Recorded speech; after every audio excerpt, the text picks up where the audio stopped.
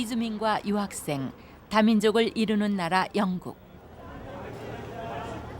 로마 제국을 통해 기독교가 전파된 후 국교로 승인된 가톨릭과 성공회가 주 종교를 이루는 나라이다.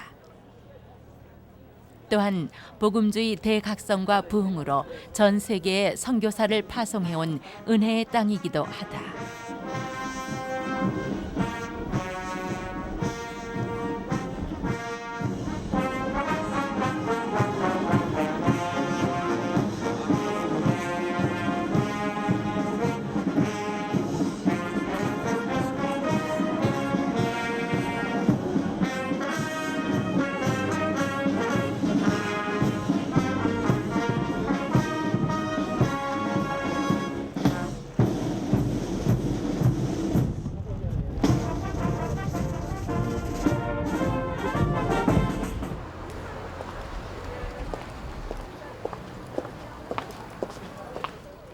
십자가만이 초라하게 남겨져 있는 예배당은 이미 술집이 되어버렸다.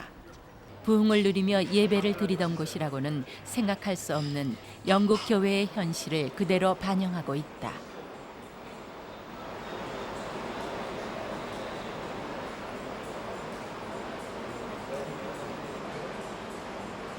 영국이 지금으로부터 100년 전까지만 해도 세계 선교를 주도했어요.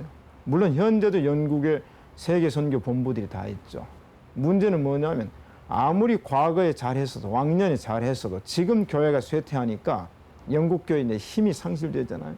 그러면 옛날 교인들이 헌금해서 우람한 교회당을 지었는데 교인들이 떠나게 되니까 교회는 공동화가 되죠. 그러면 이제 정부나 또는 교회 단체에서 그 교회를 유지하지 못하니까 이제 부동산 매물로 내놓아야 돼요. 영국 교회만 아니라 독일 교회도 지금 엄청난 매물이 나와 있지 않습니까? 그럼 지금 가장 심각한 건 뭐냐면 교회당이 디스코테이크 하기 참 좋아요. 또 휴식 공간으로 참 좋아요. 왜냐하면 건물도 좋고 또 안에 분위기도 좋고 그러니까 이제 술집 하는 사람들이 적당하게 사서 술집을 만들고 이제 사우스햄프턴 같은 교회가 500년 된 교회가 술집 되지 않았습니까? 그다음에 버밍엄에 있는 교회 같은 경우는 이제 디스코텍 만들고 그다음에 또 그 웨스트 같은 교회는 그 윌리엄 캐리를 파송했던 교회거든요. 그 교회는 또 이제 힌두 교인들이 보니까 아 이게 사원 만들면 좋겠다. 그래서 현지에서 대리석 다 갖다가 불상 다 갖다가 그냥 십자가 어떨 때는 세워놓고 그 안에를 전부 개조해서 만드는 이런 상황이 되니까 영국 교회가 과거를 자랑할 수가 없어요. 교회들이 술집과 음식점이 되었을 뿐 아니라 이슬람교나 시크교의 예배당으로 팔리고 있는 슬픈 현실을 우리는 주목해야 한다. It used to be a Salvation Army many years ago. Shortly, for a small period of time, it was a Christian church. I don't know the ins and outs, but that soon closed down. And the Gurdwara now it's turned into a Gurdwara because the Sikh people from the small temple bought it. They needed a bigger hall, and therefore it's now a Sikh temple. 영국의 대표적인 중세 교회 웨스트민스터 사원. 이제 관광지로 전락해버린 것처럼 영국 교회의 침체 이유는 과연 무엇일까?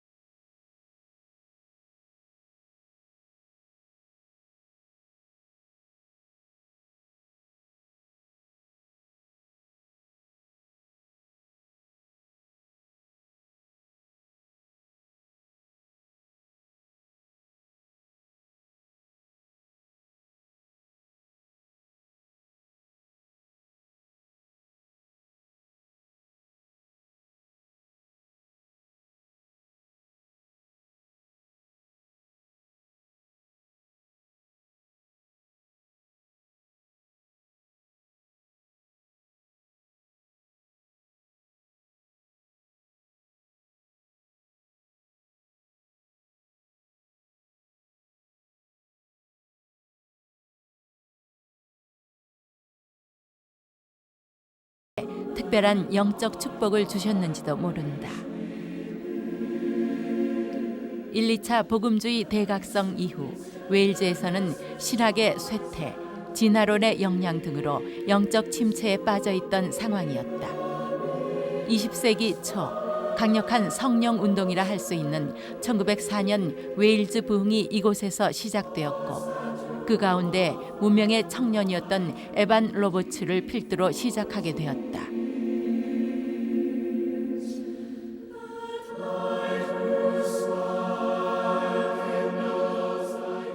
Evan Roberts had gone to the college in Newcastle, Emlyn, and he travelled up with some students to this service in the morning.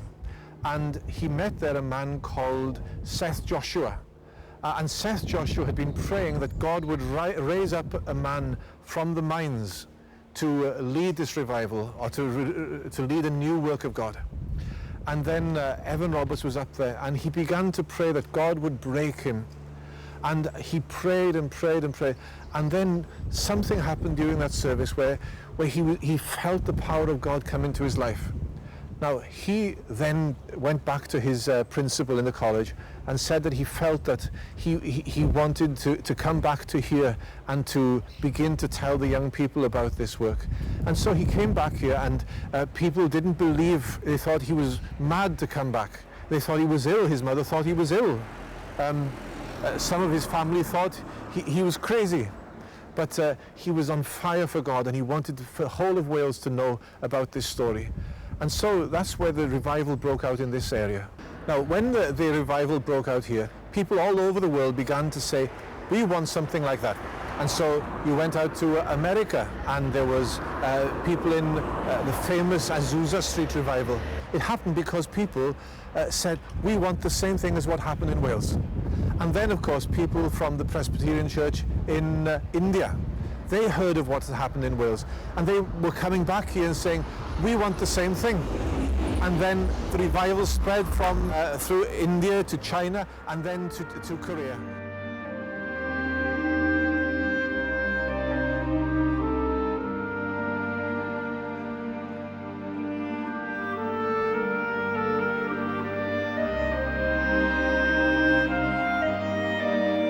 웨일즈 부흥의 모체가 되었던 모라이아 교회. 전 세계에 부흥의 불씨가 된 이곳은 그 영광의 모습을 뒤로하고 현재는 노령화된 소수의 성도들만이 예배당을 지키고 있을 뿐 역사의 흔적만 남아있다.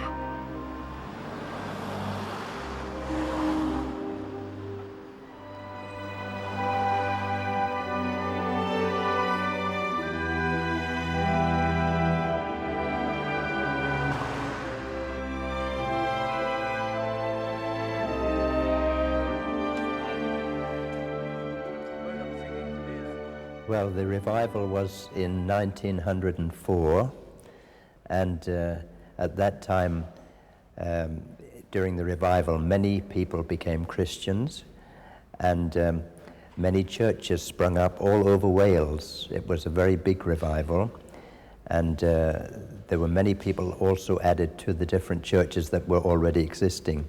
But the situation now in Wales is totally different. Many of the churches that sprang up in the revival are closed or are being changed into something else, and many of the people of Wales no longer go anymore to church.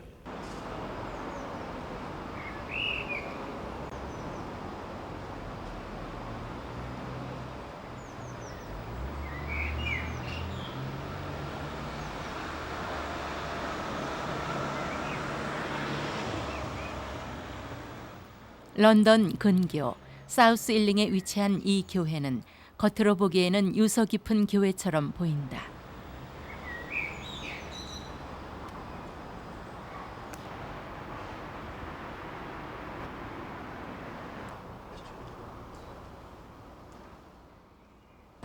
Local council, English Heritage, who are responsible for the building because it is listed as well, and the church authorities, of course, negotiated to see what the solution might be. And they decided that the best solution was to retain the building as you see it today, but by involving a property developer who could put the money in to restore the building, but in consequence the inside of the church was turned into 22 self-contained flats. The money the church got from the sale of the property was put into rebuilding the new church in the early 80s. In consequence, what you see now is a building that was restored some 20 years ago, and although it looked in very good condition now, I can assure you it looked a lot worse 20 years ago.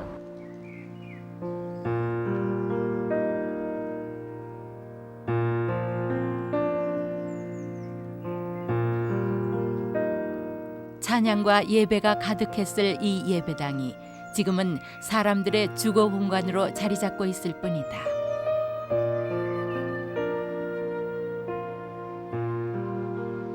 And those two world wars had a great effect on certainly the men in our nation who went away and saw some terrible things happening between nations and came home sadly never to go to church again.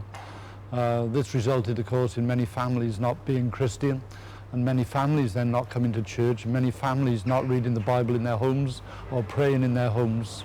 And slowly and slowly over the years that has resulted in going into our schools as well, where Christian education isn't top of the agenda, isn't followed very closely, is not taught by Christian teachers. And so Christianity has become to a low ebb by and large. But having said that, of course, many of the people who come into our churches now are really ardent Christians, really working in missionary situations even in their own land now. And they really have to be very bold and courageous to speak of the gospel even within UK today. 영국의 기독교는 모든 정치, 경제, 사회, 문화의 모든 것들을 다 수용했던 그런 그 기독교였는데 양차 대전을 겪은 이후로 사람들 마음 가운데 문화적인 상실감이 있었습니다. 그런데 그 문화적인 상실감을 교회에서 이제 찾고자 하는 마음이 있었는데 교회에서는 그것을 잘 수용을 하고 기독교적인 입장에서 받아들여야 되는데 오히려 교회가 사회의 문화적인 그 입장을 수용하는 그런 방향으로 가서 교회가 굉장히 광범위하게 되긴 했지만 교회 사회의 여러 가지 문화적인 이슈인 동성애라든가 이혼이라든가 이런 것에 대해서 굉장히 관대해진 그런 모습을 보이게 되고 그래서 이제 교회의 모습이 이제 사회 문화적인 모습으로 변형되다 보니까 교회와 사회와의 그 질서 그다음에 그 구분이 모호해지니까 사람들이 본인들은 교회 다닌다고 하는데 1년에 한두 번 나오고 교회 숫자들은 또 감소하게 되고 그런 현상을 이제 보이게 된 것으로 사료가 됩니다.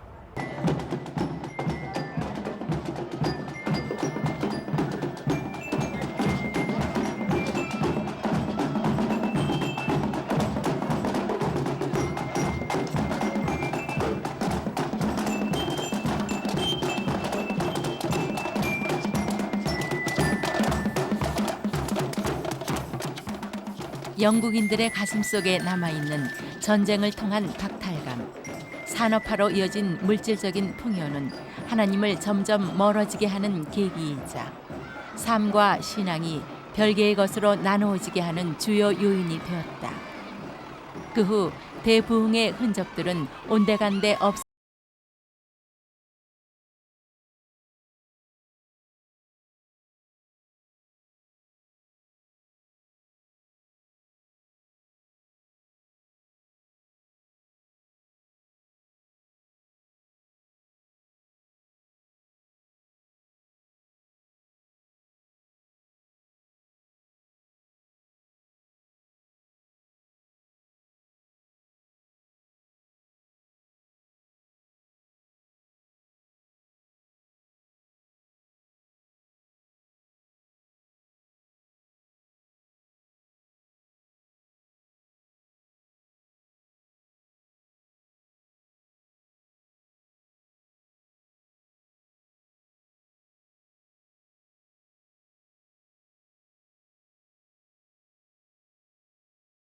To train as a missionary in the London Mission Society. That was his one aim in life, really, was to preach the word of the gospel to other countries. He learned the Chinese language and he sailed from Tilbury Dock in London. Prior to that, he had married Caroline Godfrey, and they both left this country in 1863 on a sailing ship, took him a long voyage, and arrived in Shanghai in the December of that year. He done his mission work, and sadly Caroline died within the first year he was there, and she was carrying his child, so sadly he lost his wife and his child.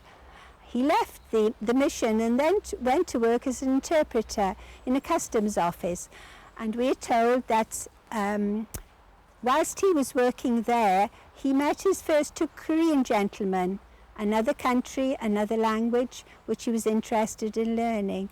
And so he was able then to go on trading ships into Korea, and apparently he went on 2 journeys. During that time, a consignment of Bibles had been sent from the Scottish Bible Society, and he was able to stop on the river banks and preach the word of the gospel and hand out the Bibles to the Koreans there.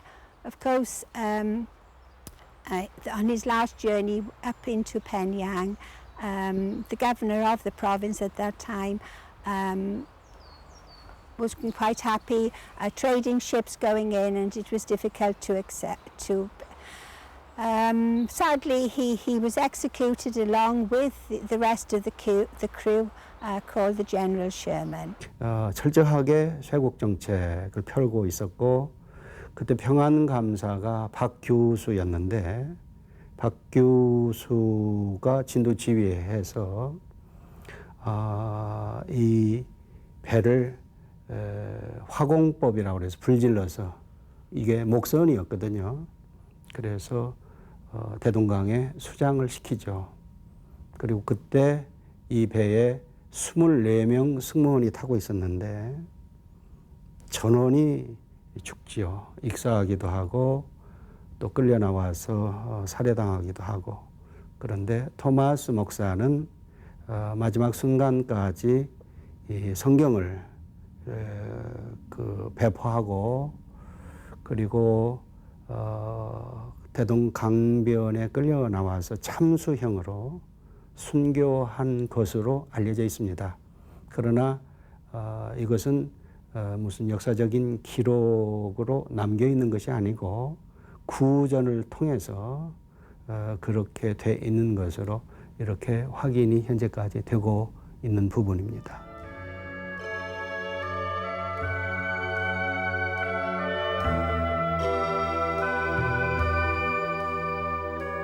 집안 곳곳에 진열되어 있는 토마스 가족들의 유품과 사진들. 벽면 한쪽에 토마스 선교사의 여동생 엘리자베스의 사진도 보인다. 자기 몸을 한국 조선 땅에 조선 사람을 위해서 내어주었다. 온전한 헌신, 몸 그 자체를 드린 것이다. 그리고 한국교회가 선교 1세기 만에 엄청난 부흥을 이뤘는데 여러 가지 원인이 그 속에 있을 줄 압니다만은 가장 큰 원인은 저는 순교의 피 위에 한국교회가 세워졌다. Well, I'm aware that he was a famous man, and one of his nephews said, because he died so young, he cannot have done much in his life. And I find it strange that here we are 150 years later and everyone in Korea knows about him, although he died when he was only 27 years old. So he had a big impact on Korea. 순교자의 피는 교회의 씨앗이다. 한국교회가 순교의 피 위에 세워졌기 때문에 이렇게 한 세기 만에 세계 기독교 2000년 역사상 유례를 찾아볼 수 없는 그런 성장을 이루었다고 저는 생각을 합니다. 그 순교가 바로 개신교에 있어서는 토마스 목사를 필두로 해서 그 후에 일제강점기 동안에 또 한국 동란 6.25 동안에 많은 순교자의 피를 이 강토에 뿌렸던 것, 그것이 한국교회의 초석이 되지 않았나. 그런 측면에서 토마스 목사는 한국교회와 세계 선교 역사에 아주 귀한 공헌을 하신 선교사다. 이렇게 칭송을 받아 마땅한 존재다.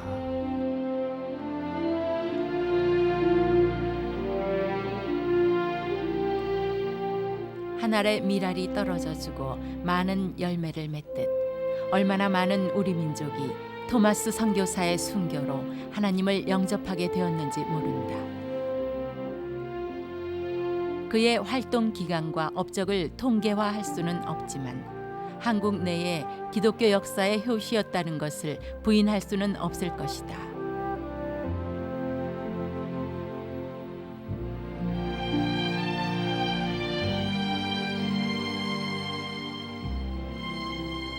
I never cheat. I don't commit adultery. I fast 2 days a week. I give you a tenth of all my income. Do you think it is a prayer? No, it is not a prayer. Prayer is not a self-boasting, not a self-advertisement to God. He was really happy. 토마스 선교사를 파송한 이 예배당은 마땅히 섬길 목사가 없어 매주 순회식으로 설교 말씀을 전하러 올 뿐 아니라 오랜 시간을 함께했던 지체들만이 이 교회의 전통을 지켜주고 있을 뿐이다. But after finished, this young man prayed. Dr. Wagner, he did. He held his hands. I am so happy to sit with you. Are you a Christian? You know, young man again had answered. And then Abraham was asking 30, 20, and 10.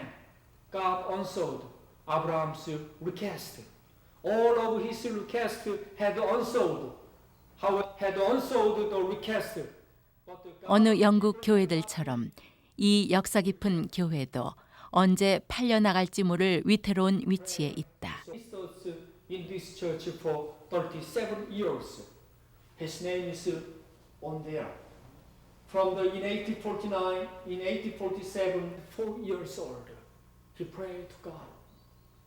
Father. 가끔 영국 웨일즈를 방문하는 한국 교회들이 진실된 친구 관계를 유지하려 이곳을 찾아주고는 있지만 은혜 입은 한국 교회가 어떻게 이 사랑의 빚을 갚아야 할지 남아있는 숙제이기도 하다.